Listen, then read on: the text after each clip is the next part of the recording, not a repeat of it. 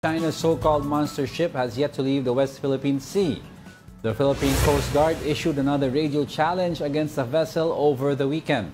PCG spokesperson for WPS, or the West Philippine Sea, Jay Tariela, explained that their mandate is limited.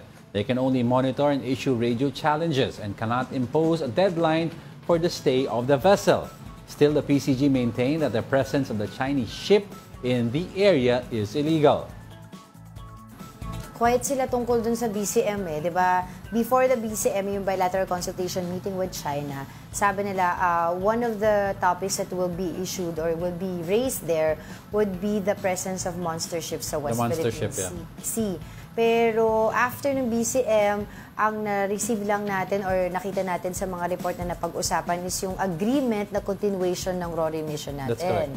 Diba? Doon sa BRP Sierra Madre. Pero wala pa akong nakitang concrete na report regarding sa monster Any dialogue naman that has foreign or national security issues, usually hindi naman rini-release ka agad yan until ironclad yung usapan. Kasi baka mag-bog down ng negotiation, baka may nangyayaring negotiations, may back-channeling pa yan. If it bogs down, it's because may nag-leak na. So, syempre... Pero tapos na yung BCM. Next we'll be here again in the Philippines, pero parang later part of kahit tapos na yung BCM, usually meron after meetings pa yan. May ongoing na back-channel meetings na yan.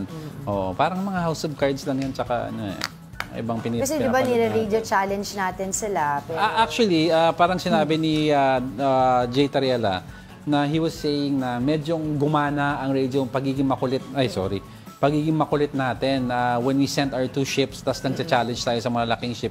Medyong hindi daw nag-progress yung pagpipilit ng monster ship to go near yung coast natin, di ba? Parang medyong lumalayo daw siya ng konti.